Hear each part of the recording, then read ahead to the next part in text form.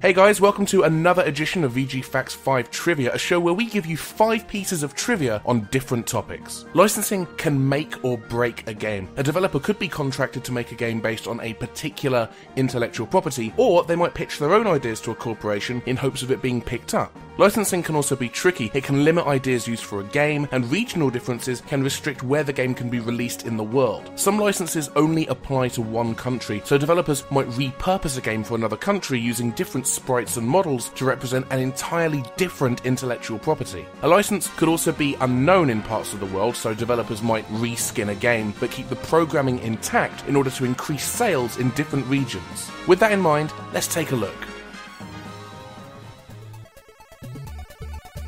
You may be familiar with the dozens of video games based on food and drink products that released during the early to mid-90s. Brands like McDonald's and 7-Up wanted to claim a stake in the video game market, so various games featuring their mascots were released. In MC Kids for the NES, players can choose to play as either Mick or Mac. It's their goal to retrieve Ronald McDonald's bag of magic tricks, which were stolen by the Hamburglar. The title had a European exclusive release on the Game Boy known as McDonaldland. This had the same name as the NES game in Europe, which when brought over to the US was changed into Spot, the Cool Adventure. Instead of featuring McDonald's characters, it featured the character Spot, the mascot for 7-Up. In this version, most of the tiles and sprites were changed to reflect 7-Up, but unlike in the European release, it didn't feature a plot.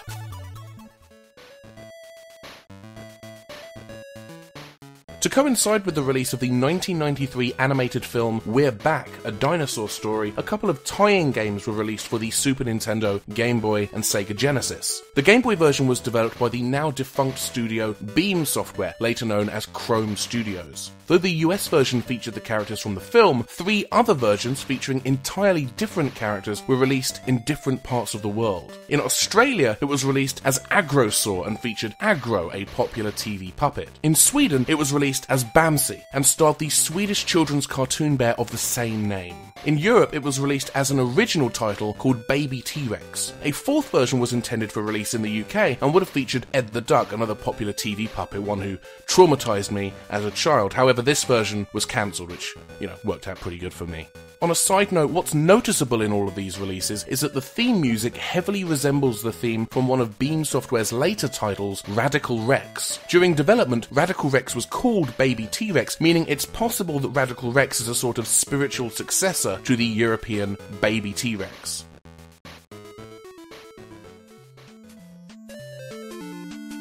The Crazy Castle series by Kemco is notorious for having its games reworked to fit different licenses across various parts of the world. The first game for the NES in North America was titled The Bugs Bunny Crazy Castle and starred Bugs Bunny along with other Looney Tunes characters. In Japan, however, the game featured Roger Rabbit from the Disney film Who Framed Roger Rabbit and was released for the Famicom Disk System. Subsequent games in the series in North America continued to star Bugs Bunny, however in Japan they featured Mickey Mouse instead. The second Japanese Mickey Mouse title, which was the second Game Boy Bugs Bunny Crazy Castle game, was released simply as Mickey Mouse in some parts of Europe, while in other parts of Europe the game featured Hugo, a Danish troll TV character. The third Japanese Mickey Mouse game featured Kemco's own character, Kid Clown, in the North American release. The third Bugs Bunny game in the series featured Kid Clown in Japan and was called Sorayuke Kid Go Go Kid.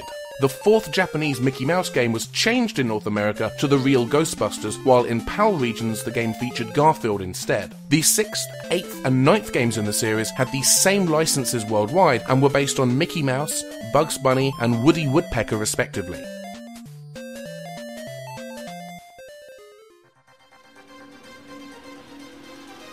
The Toka Series by Codemasters, based on the Toka Motorsport event, had lasted for over 15 years. In countries other than the US, however, the 4th, 5th and 6th games in the series featured different licenses from various motorsport events organisers. This was most likely done to appeal to audiences within those regions. Toka Race Driver, released as Pro Race Driver in the US, was released as DTM Race Driver in Germany. This version was based on the Deutsche Tourenwagen Masters event featuring silhouette racing cars to select, and in Australia the game was released as V8 Supercars Race Driver and featured V8 engine supercars. The Nintendo DS spin-off, Race Driver Create and Race, was also released in Germany as DTM Race Driver 3 Create and Race, and in Australia as V8 Supercars 3 Create and Race.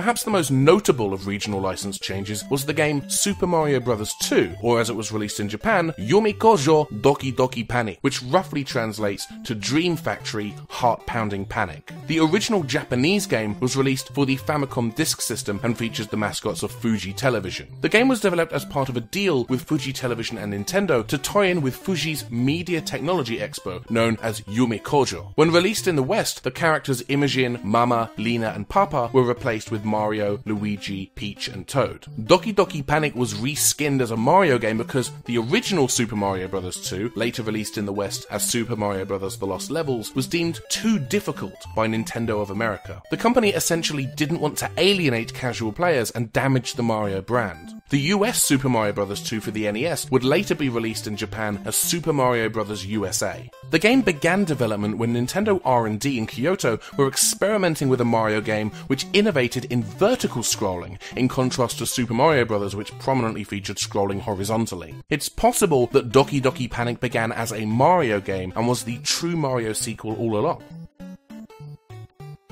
That's all for today, but why not subscribe to the Did You Know Gaming channel to keep up with future VG Facts videos, or follow VG Facts on Facebook and Twitter.